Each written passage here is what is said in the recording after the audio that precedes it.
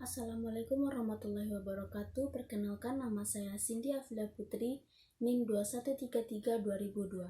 Di sini saya akan mempresentasikan tentang supervisi pendidikan.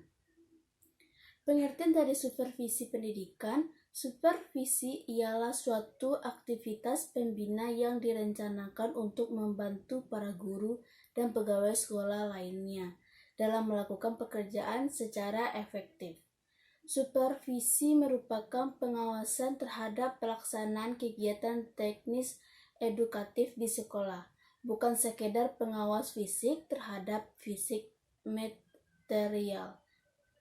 Supervisi merupakan pengawasan terhadap kegiatan akademik yang berupa proses belajar mengajar, pengawasan terhadap guru, dan mengajar, pengawasan terhadap situasi yang menyebabkannya.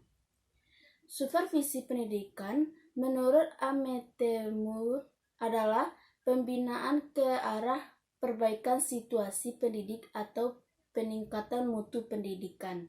Supervisi menurut Sahertian telah berkembang dari yang bersifat tradisional menjadi supervisi yang bersifat ilmiah sebagai berikut. A. Sistematis, artinya dilaksanakan secara teratur, berencana, dan secara kontinu.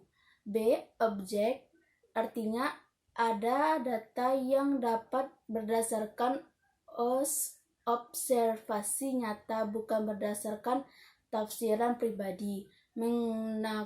C. Menggunakan alat pencatat yang dapat memberikan informasi sebagai umpan balik untuk mengadakan upaya balik untuk mengadakan penilaian terhadap proses pembelajaran di kelas.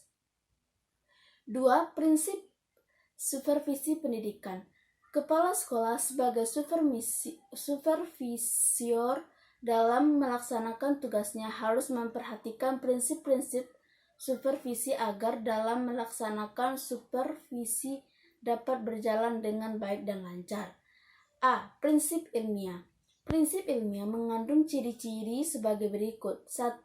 Kegiatan supervisi dilaksanakan berdasarkan data objektif yang diperoleh dalam kenyataan pelaksanaan proses pembelajaran mengajar.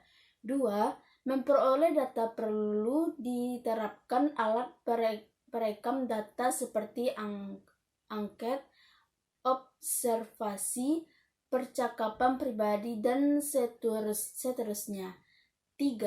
Setiap kegiatan supervisi dilaksanakan secara sistematis terencana.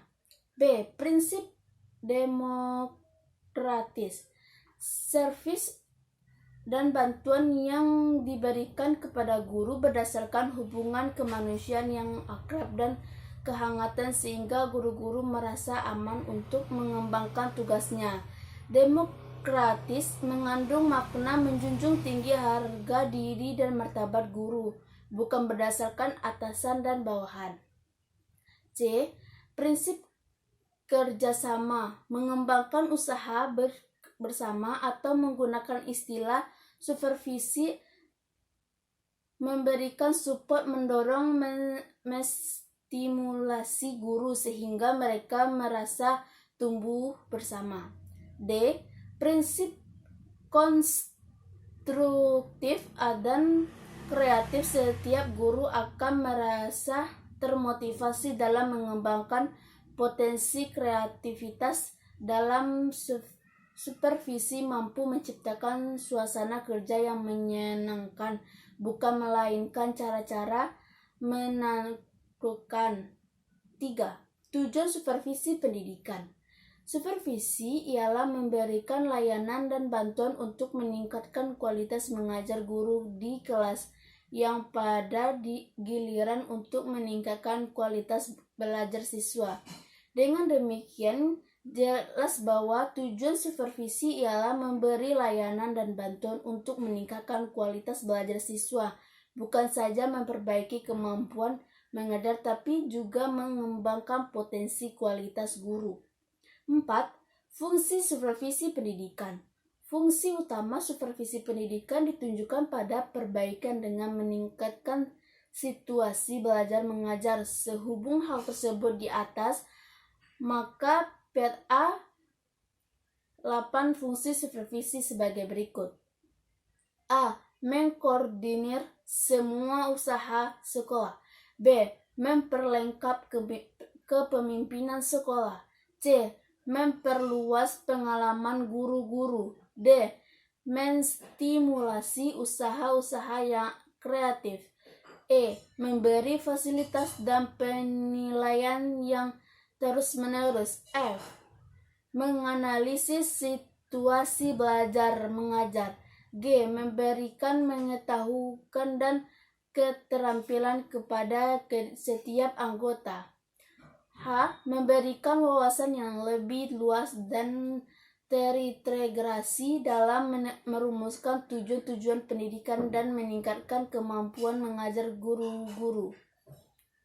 5. Peran supervisi pendidikan. Supervisi berfungsi membantu memberikan mengajar.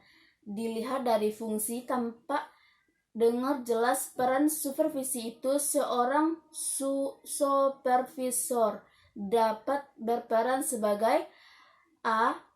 Koordinator. Sebagai koordinator, ia dapat mengkoordinasi program belajar mengajar, tugas-tugas anggota staf, berbagai kegiatan berbeda-beda di antara guru. B.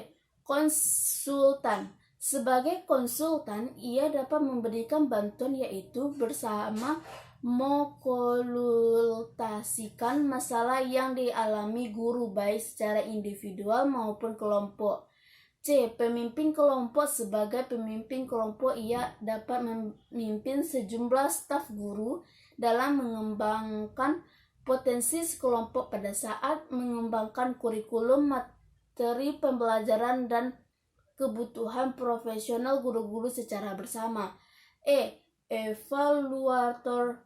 Sebagai evaluator, ia dapat membantu guru-guru dalam menilai hasil dan proses belajar mengajar.